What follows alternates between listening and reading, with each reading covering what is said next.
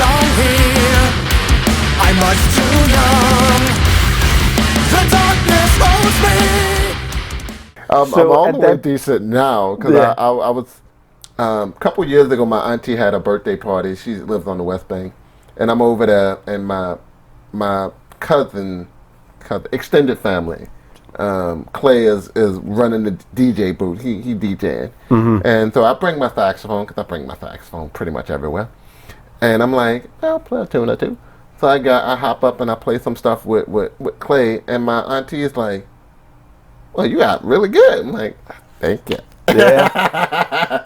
And then Clay's like, play another one with me. I'm like, that's awesome. Feels good, doesn't it? Feels good. Yeah. It took time to get there, but it feels good. Talk a little bit more. So you've kind of covered the Hidden Wind Saxophone Ensemble and how that came about.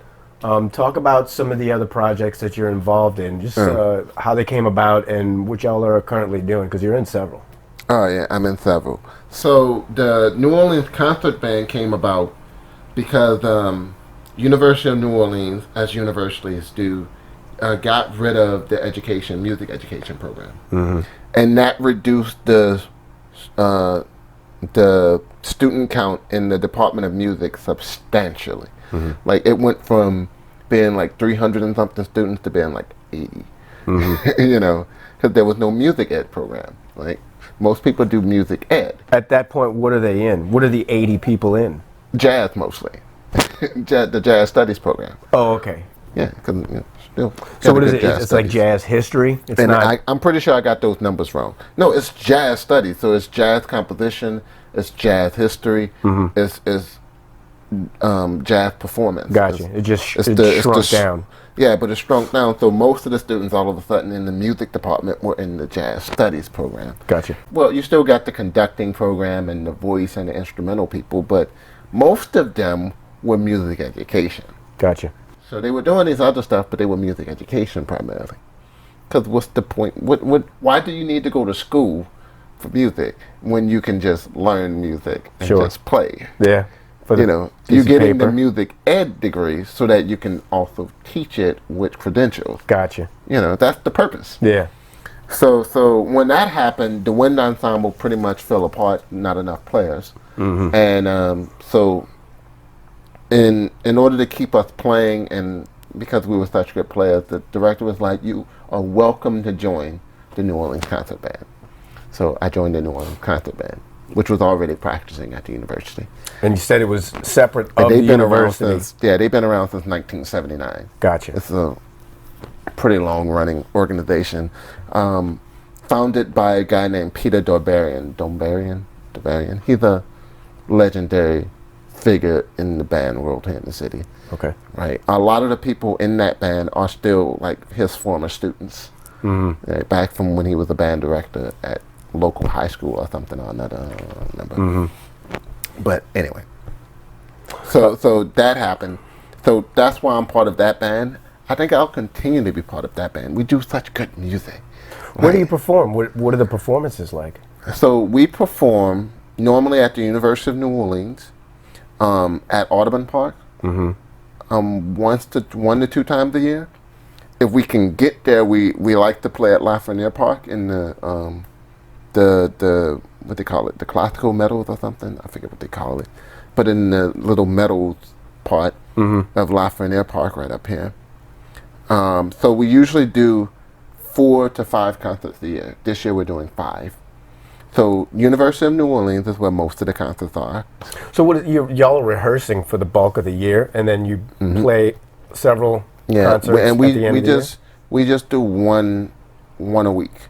So we rehearse once a week, 2 hours, you know, late in the evening, because that's when people be off work and stuff. Sure, yeah. You know, like we have a bunch of retired people in there. Like, Josh Norman, that's not his name. Norman Roberts. He used to be a newscaster. News anchor? Yeah. He plays euphonium, and he's a darn good euphonium player. Really? Yes. He plays in that band. That's funny. He's a darn good euphonium player. Like, darn good. That's funny. Darn. He's retired. Yeah. He comes there every Tuesday. Yeah. Wow. That's funny. So you have people that are retired. You have people who are retired and still working part-time doing stuff. You have lawyers, you have consultants, you have teachers, you have students, and you have musicians. You know, people who just play music who are in there. So it's a great group of people. Sure. Great mix. Diverse. Yeah. Diverse. Yeah. And we're playing some pretty difficult music. Last year, I remember we did the Sweeney Todd, music from Sweeney Todd. That was fun. Yeah. That's cool. Is it different every year? It's different every year. Yeah. We get a chance to draw on this library that's been compiled since 1969. So we have thousands of pieces to choose from. Wow. Yeah. Thousands of pieces. Marches and scores from movies and all kinds of crazy stuff. Wow, that's cool. Some of it really difficult, some of it just fun. Yeah. Some of it's just fun.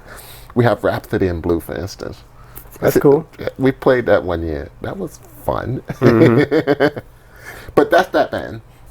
The other band that I joined was because a friend of mine, Sherman Leggett, who was the co-conductor of the New Orleans concert band, was asked to conduct the Legion band, the Post 350 band. And then he asked me, hey, Chris, you want to come over and play with me? I'm like, sure. Why not? Yeah. More chances to read. You know, you can't get enough reading in a city that wants you to play by ear all day. Sure. So, sure. Yeah. Let's go over there and play. And so I went over there and started playing with that band. Been playing with them for 5 years now. 5 years, I think, maybe 6. It's been a while. So that's how I got started with that band. Similar to the concert band, except that it's smaller, less music selection, and it's more of a, as the name implies, post 350. Yeah. You know, band. So it's a lot of ceremonial, a lot of marches, but we do some fun tunes over there too. Yeah. And then let's see the other group. Let's talk about Purikura Panic first, because that's my roommate's band. Spell that for me, please. Haha, Purikura, Purikura, Panic, Panic. Okay. I don't know what that means. Who knows? It might be one of those nonsense Japanese things. Okay. I don't know, but it's something one of our bandmates came up and it sort of stuck. Gotcha. But that's my roommate's band. He asked me to play in that band, do some saxophone work here and there. I'm like, sure, why not? I live here, might as well. I hear y'all practice all the time. Yeah, maybe, sure. So that's that band. It's an anime cover band. So we do a lot of anime tunes. Okay. You know, and I love anime music for the wide breadth of its genre. Okay. Anime music might be a genre, but in that genre, there's opera, there's rock, there's the blues, there's gospel. There's just so much music. There's that 1970s and 80s stuff that we were talking about. That city pop stuff. Oh, I love playing some Stay With Me and some Yu Yu Hakusho. That Smile Bomb. Dude, I tell you what, it's some good music. It's unreal to me. Japanese, to think that in the mid-'70s there was a hotbed of, I guess, American-inspired jazz in Japan. It's like, yes. I was telling somebody, I was playing the song Miki Matsubora's Stay With Me. Love that song. In the middle of the song, there's a break, and it goes from being in, it's sort of in F major. It goes from F major to F minor. Like just flips right there for that section, and there's a jazz solo.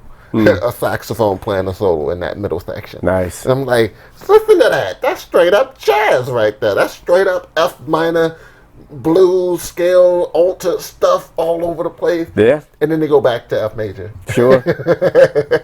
In the song. Side, like, dude. Sidebar. That's awesome. Yeah. They did a little thigh. They're doing like rock stuff here, and then do a little sidebar, a little jazz break, and then back to the rock. Yeah. Like, love it. So that project's aside from anything or unlike anything else that you've been in. That one is unlike anything I've been in. I've been in reggae bands, but this band is different. We're playing at anime conventions and stuff. Wow. So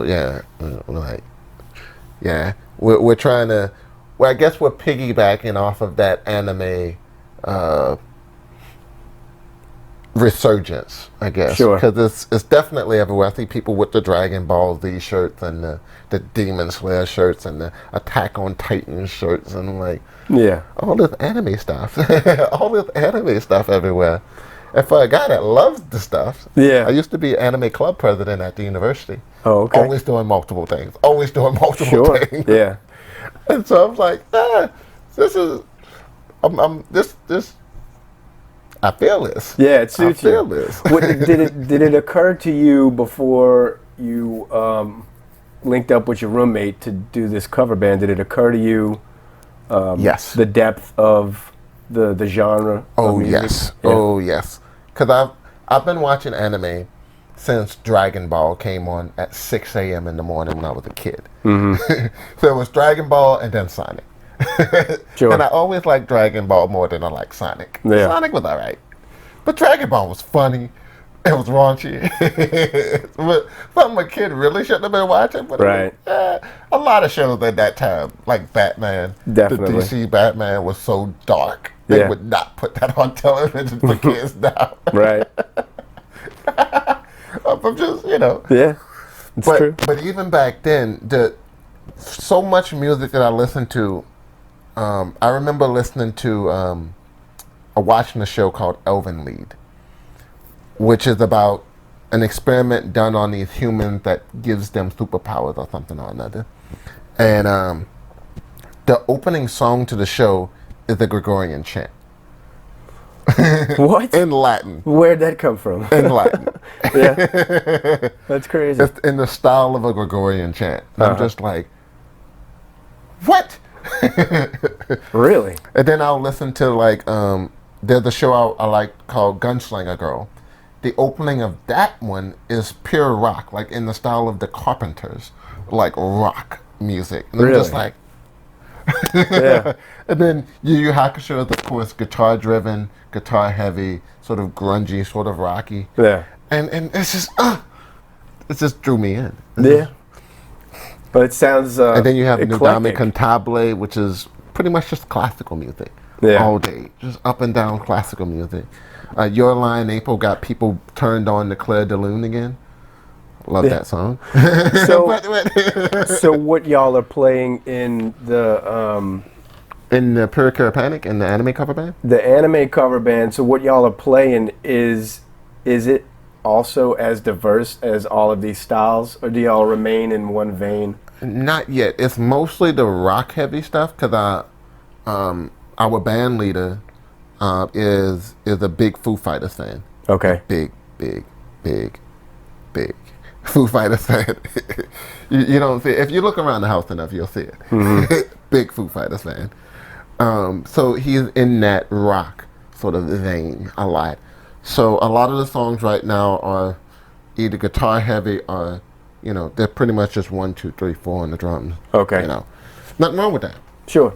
But it's definitely leans that way currently. Mm-hmm. Currently. However, we are working on getting Tank from the show Cowboy Bebop, which is a bebop jazz tune. Okay. Again, anime covers so much. Yeah. By the way, the Seatbelts, freaking phenomenal band. And Yoko can write. Oh my goodness, that lady is a composer. Yeah. Yoko Kanno is just an amazing composer. Is that currently popular overseas in Asia? It's popular here. Is it? They did a live action of Cowboy Bebop that was a flop, but they did a live action of it, and it came out on Netflix. Oh, okay. Like it's pretty Yeah. much a big deal. And Tank, it's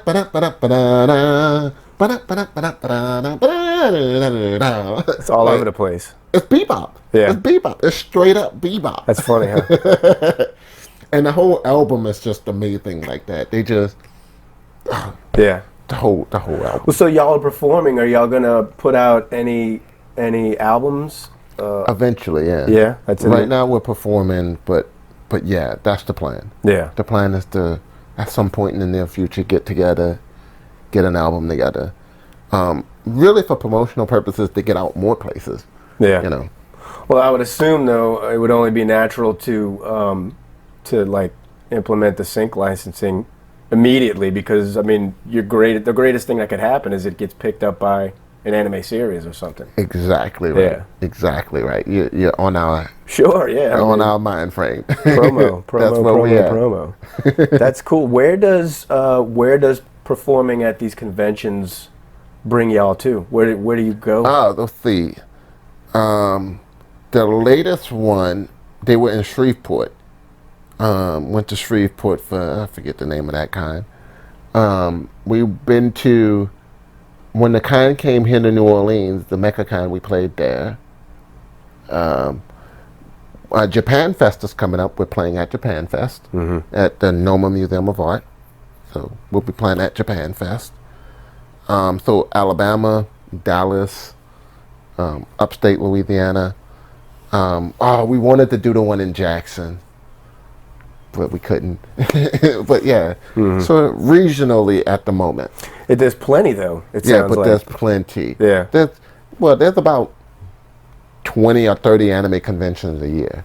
And how many bands are we talking that are catering to these events? Yeah. Not a whole lot. I wouldn't think so.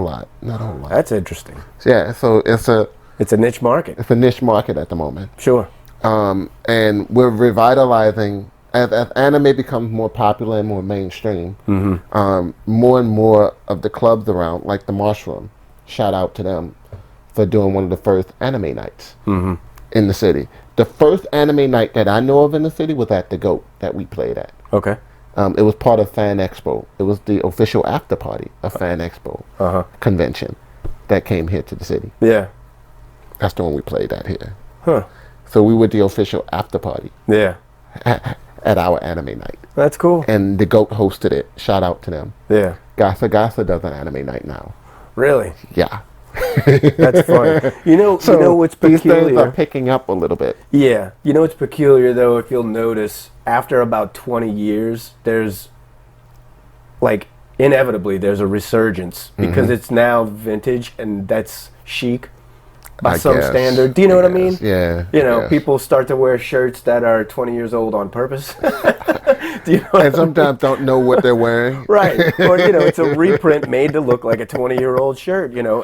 It becomes in style. That's a fact. So, I mean, you're in the right place at the right time in a niche market. So, I mean, it sounds like it could really do a lot.